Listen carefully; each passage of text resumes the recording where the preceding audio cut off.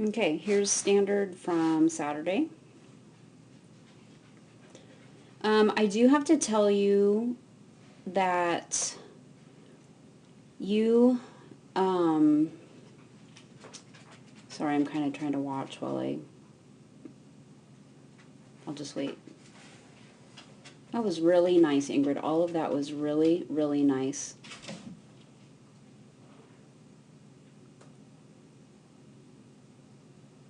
Really nice.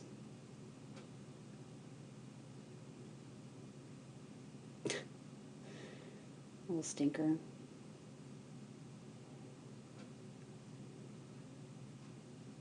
Naughty boy. That was nice. That was a super hard rear cross into the weaves, and you like pulled that off. That was a really nice run. Wow. Nice job. Okay, wait. Now what I was going to say is you need to get to the line and get ready sooner. This course, I mean, this weekend and the courses, some of them were particularly bad because they started like in the middle of the ring, basically. But you need to make sure, because some judges are really persnickety about that, and they might even whistle you off, or I don't know. But you just need to get out there when they tell you to go out. Get out there, get him sit down or whatever, and just kind of speed up your whole process a little bit. Okay, let's look at this. This was a really nice run. Supported the tire. You're doing all this clapping. I don't like it. You know, I don't like all that crap. Okay, that was nice. You don't even need clapping there. Why do you don't even need it. So I'm going to, now you're why are you clapping? You don't need all that clapping. So I'm going to break you of that. I don't like it. You think it's working, but he's just following your motion. Your motion was just really nice through there. You cued everything really nice.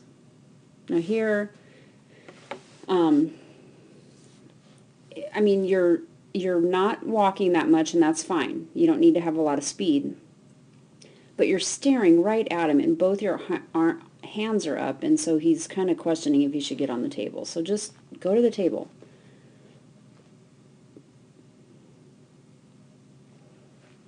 I have a thought, too, for his contacts. I think you should put some of those hoops at the bottom of his contacts, because I don't like how he's hopping, like, straight up in the air, because that will just lead to him jumping off from higher and higher. You do this nice, you support the dog walk, you wait for him to get on, really nice. And you get down there and he's still naughty. And then now you're kind of behind because you were trying to work the dog walk, so that was fine. There wasn't a whole lot to do there. This rear cross on the weaves is amazing. He slowed down, but he stayed in. That was amazing.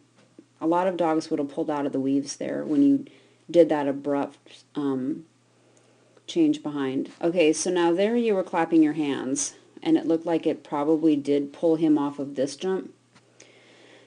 But let's look at how you could have cleaned that up. So you did a rear cross at the weaves, and so you could have easily done a front cross right here. All you would have had to do was, he's ahead of you here, just sort of let him stay ahead of you, like a pole. It doesn't even have to be that far. And then if he was ahead of you, and let's say he was there, and you could have still been here, then you could have just, made sure he was going to finish, and then cut back over here and done a front cross and gone. But, okay, so you didn't feel like you could do that, or, whatever, so that's fine. So the way he's going to take this jump is kind of at an angle like this, and so when you're walking it, if you're not going to do a front cross there, you should be aware of that just the angle that he's coming out of the weaves and that he's taking that jump, he's going to be on a path that way and not a path straight to the double. So you should have had your shoulders turned into him here, to make him, you know, rule out this jump completely. Okay? But you didn't. Everything's forward, you're moving forward, and then you do the clapping, and the clapping works, but I don't like it. Okay? Motion, motion, motion. Don't rely on clapping and verbals. Use those when you absolutely have to at a trial, and maybe this is one of those cases where you did, but I just saw you doing a lot of clapping at this trial, and I think it was sort of a desperation type thing. And